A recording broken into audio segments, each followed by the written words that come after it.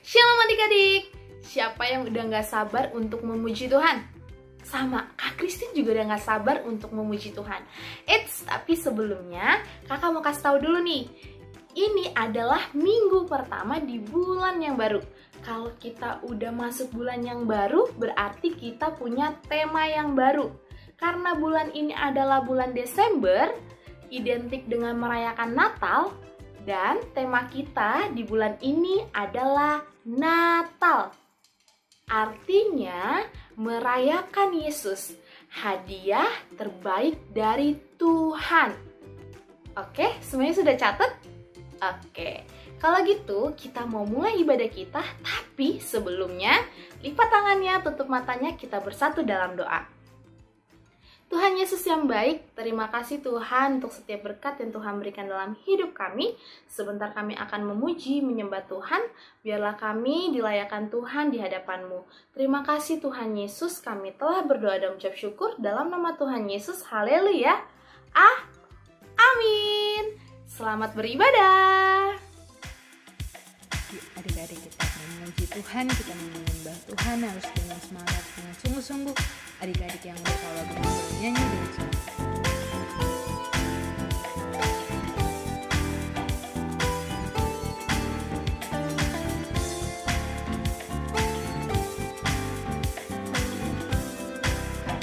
Ding dong, ding dong, ding dong, ding dong, ding dong. Jamku berbunyi.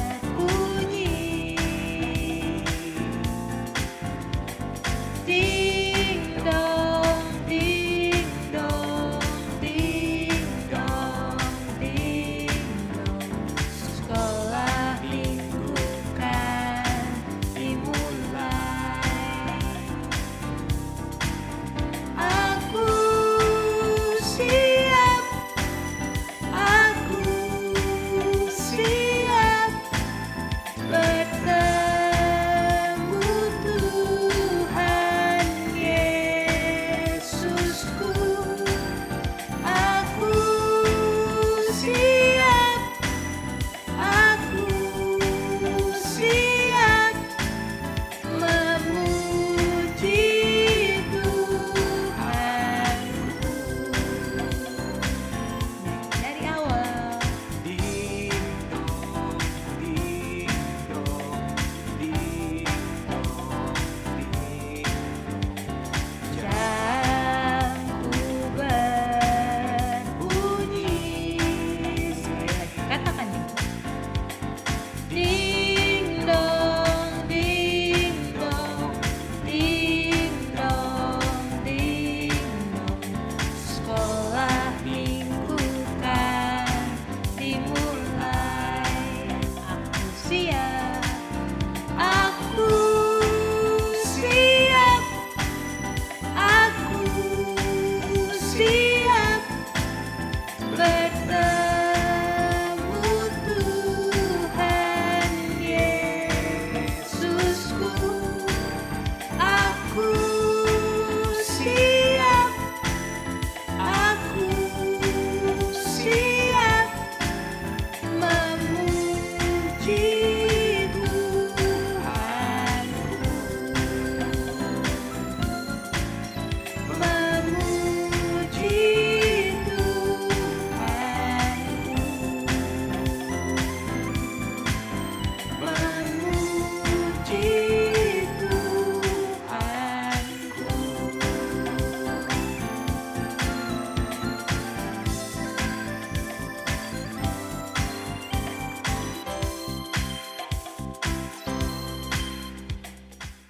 Teman-teman, sebelum kita lanjut untuk menyembah Tuhan, aku mau ajak kalian untuk baca ayat hafalan. Buka Alkitabnya di Yohanes pasal 3 ayat 16.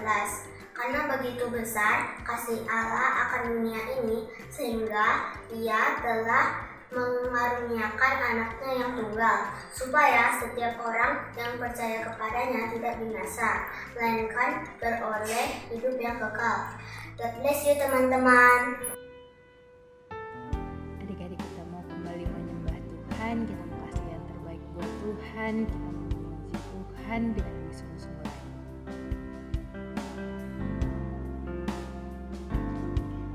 Bapa,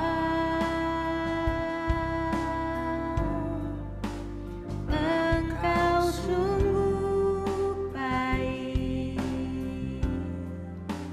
kasih-Mu melimpah di hidupku.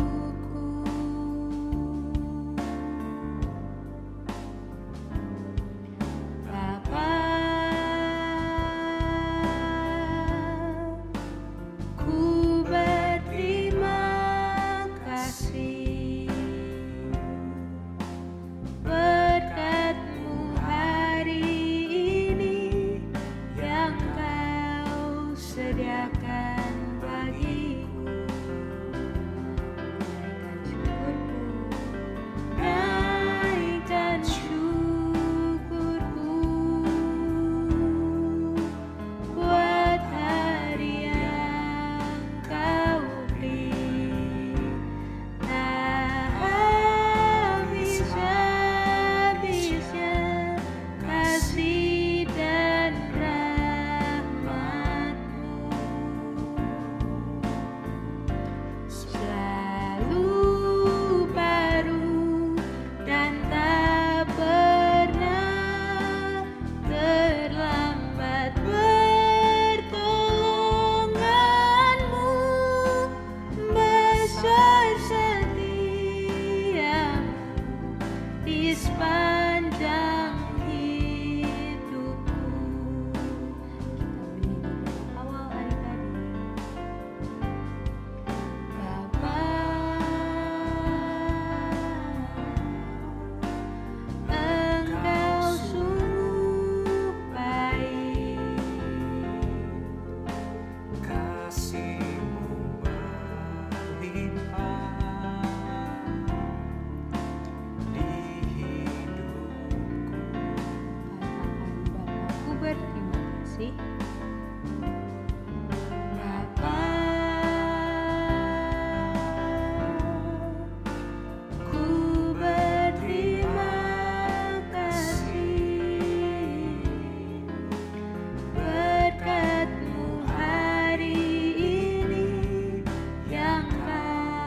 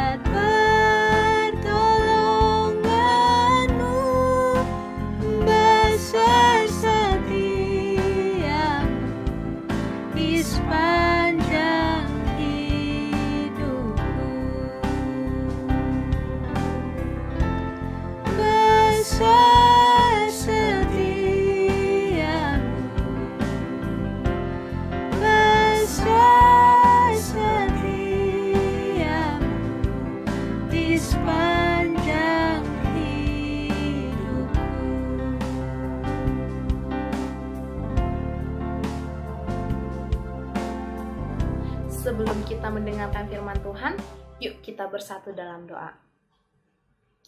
Tuhan Yesus, terima kasih Tuhan karena Engkau sudah memimpin kami di saat kami bernyanyi, di saat kami menyembah Tuhan. Sebentar kami akan mendengarkan firman-Mu, biarlah kami menjadi anak yang taat, menjadi anak yang dengar-dengaran, sehingga kami mengerti maksud dari firman Tuhan yang akan kami dengar. Tuhan, Kau berkati kakak-kakak yang akan membawakan firman Tuhan, Kau pakai mereka dengan luar biasa, biarlah kami sama-sama bertumbuh dari firman-Mu. Terima kasih Tuhan Yesus yang baik, kami berdoa dan mengucap syukur. Haleluya, amin. Adik-adik, sebelum dengar firman Tuhan, kakak mau ingetin kalian untuk join di small group jam 7 malam melalui aplikasi Zoom. Jangan lupa dan jangan sampai ketinggalan ya, karena yang pastinya seru banget. Ada games dan juga kita bisa sharing atau cerita tentang apa yang kita hadapi selama seminggu ini.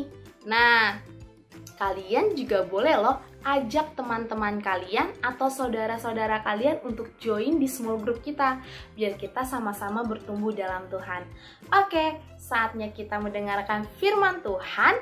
Duduk yang manis, jangan lupa untuk siapin Alkitab dan catatannya.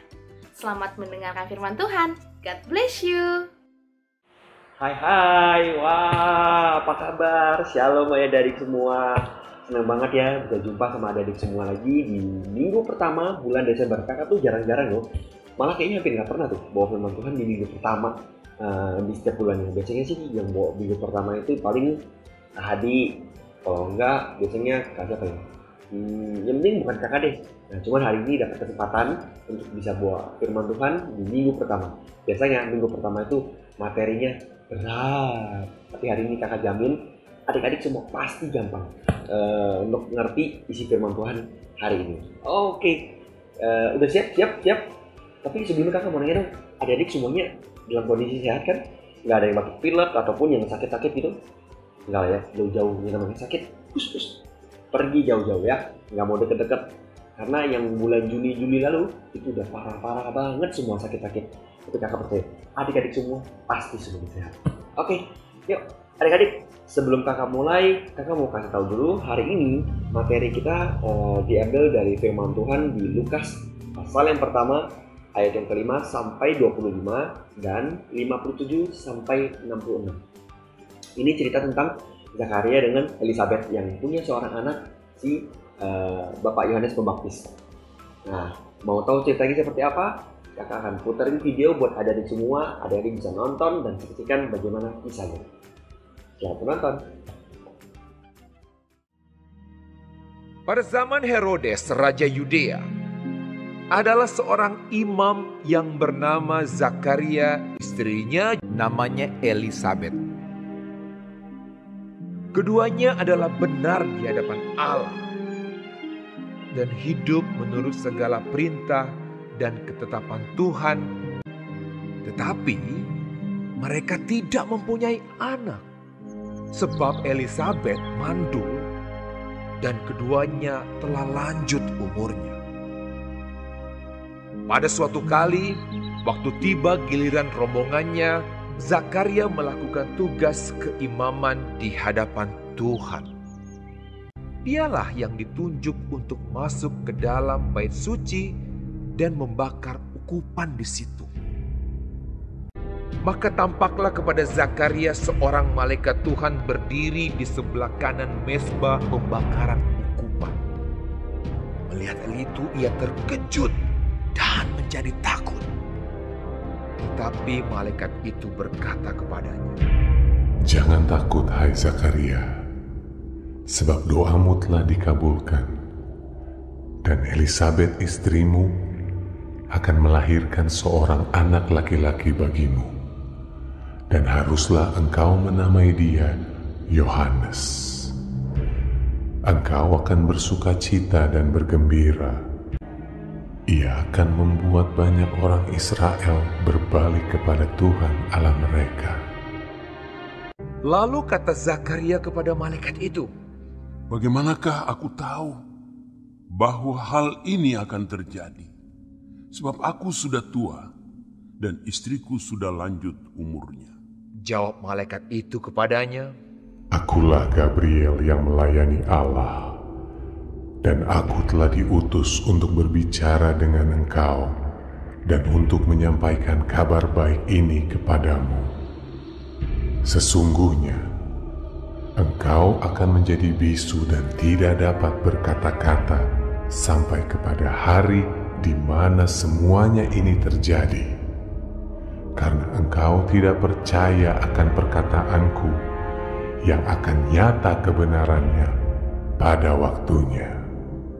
Sementara itu seluruh umat berkumpul di luar dan sembahyang.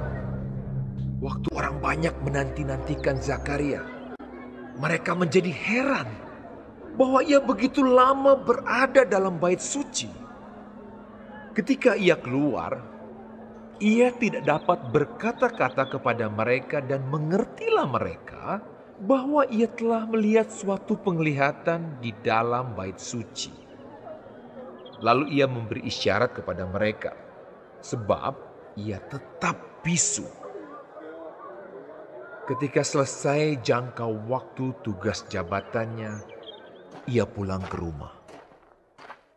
Beberapa lama kemudian Elisabet istrinya mengandung, dan selama 5 bulan ia tidak menampakkan diri.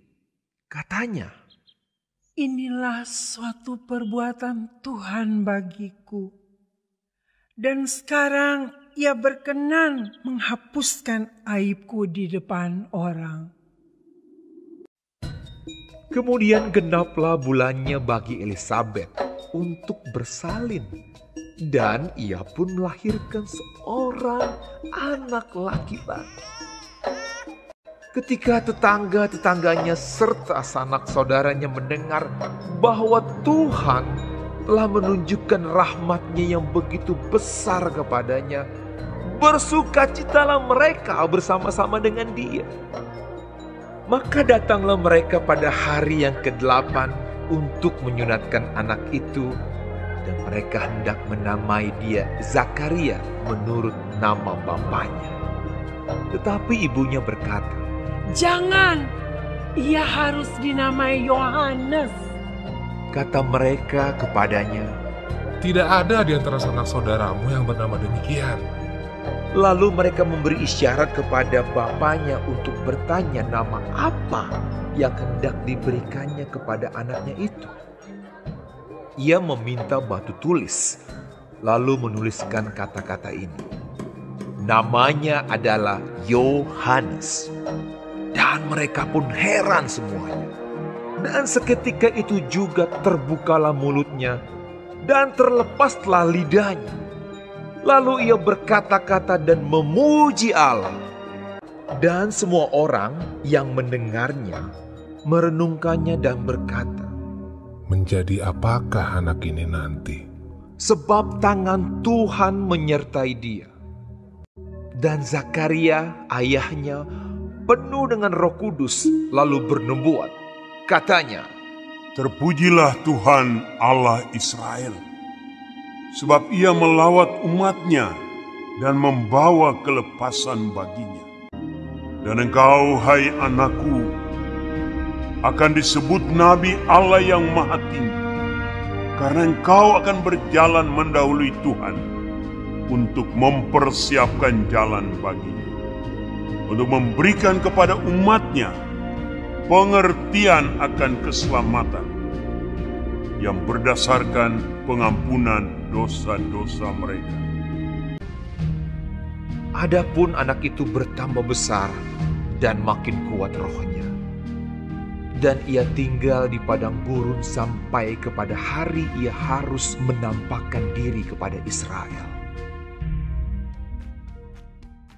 Nah, adik-adik, gimana? Udah nonton belum videonya? Atau video yang tadi kakak share? Udah? Belum? Oke, kalau belum, tenang aja. Kakak akan ulangin sebanyak ya 10 kali lagi ya. Oke? Enggak lah. Masa 10 kali lagi? Paling kalau misalnya adik-adik gak ngerti sama filmnya atau ceritanya, diulang sendiri ya di YouTube-nya. Tinggal slide, geser, mundur, nanti nonton lagi ya. Oke, kakak akan ceritakan sedikit. Nggak cerita juga sih sebenarnya, tapi lebih kurang kita ambil poin-poin penting dari kisah tentang Elisabet dengan Zakaria. Nah, di sini kakak sudah catat sih, tapi sebelumnya kakak mau kasih tahu bottom line kita adalah merayakan karena Tuhan dapat melakukan segalanya. Ya biasa adik-adik, kakak punya Tuhan, adik-adik punya Tuhan, yang Tuhannya kita itu luar biasa banget, bisa melakukan segalanya, bahkan hal yang tidak mungkin sekalipun. Bagaimana dengan kisah Zakaria dengan Elizabeth yang udah tua, yang nggak punya anak, bahkan di situ dibilang bahwa Elizabethnya mandul. Mandul itu maksudnya gini, mandul itu adalah secara biologis seseorang dinyatakan tidak bisa memiliki keturunan. Tuh, jadi kalau misalnya di rumah sakit atau ketemu dokter yang pinter, yang ahlinya dalam bidangnya, dia akan bilang, oke, Elizabeth, kamu nggak bisa punya anak lagi. Oh, itu kata dokter, kata manusia. Tapi Tuhan beda.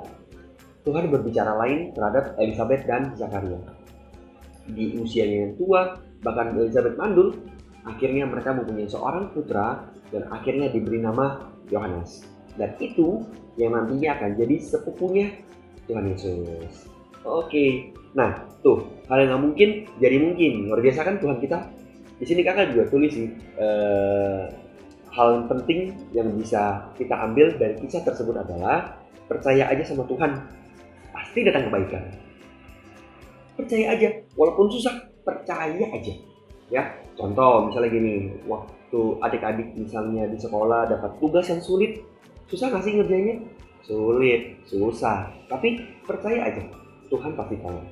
Tapi kalau Tuhan tolong, bukan berarti adik-adik nggak belajar ya. Tetap harus belajar. Belajar semampunya. Setiap ada hal apapun yang mau diujiankan atau diulangin di sekolah, adik-adik belajar baik-baik. Belajar bagus-bagus sampai maksimal. Kalau udah maksimal, tutup bukunya. Pada saat nanti ujian, kerjakan dengan maksimal, kerjakan dengan jujur, tidak nyontek-nyontek. Kalau nyontek mah namanya bukan maksimal. Oke? Nah, itu hal yang nggak mungkin jadi mungkin. Atau misalnya contoh, kakak kasih contoh lain lagi. Kalau misalnya adik-adik yang nggak suka olahraga, ini dulu kakak waktu masih sekolah, kakak punya teman beberapa, apalagi khususnya yang cewek-cewek, itu biasanya nggak suka olahraga. Aduh panas nggak mau main di lapangan, ataupun lu capek nggak bisa begini nggak bisa gitu. Nah biasanya yang begitu itu udah pasti nilai olahraganya atau nilai ujian waktu pas belajar olahraga itu nilainya jelek. Biasanya dapatnya ya pas-pasan lah, paling nggak dapat 6. Nah adik-adik, kakak percaya kalau adik-adik di sini ada yang tidak suka olahraga, percaya aja Tuhan pasti tolong. Disuruh sama gurunya, contohnya misalnya olahraga 1, 2. Capek nggak sih? Capek, tapi lakuin dulu. Langkah awal memang biasanya lebih berat, tapi percaya sama kakak deh. Berikutnya kalau adik-adik sudah biasa, pasti semuanya berasa enteng. Itu yang di dunia olahraga.